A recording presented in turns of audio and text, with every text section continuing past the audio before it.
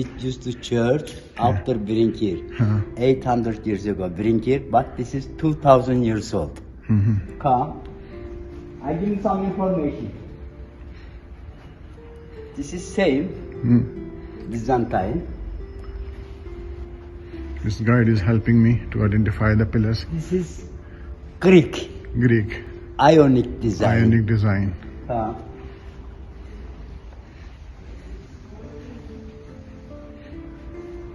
That is the Roman design. This one it is very oldest. Okay. About 2500 years old. This pillar. This one. 2500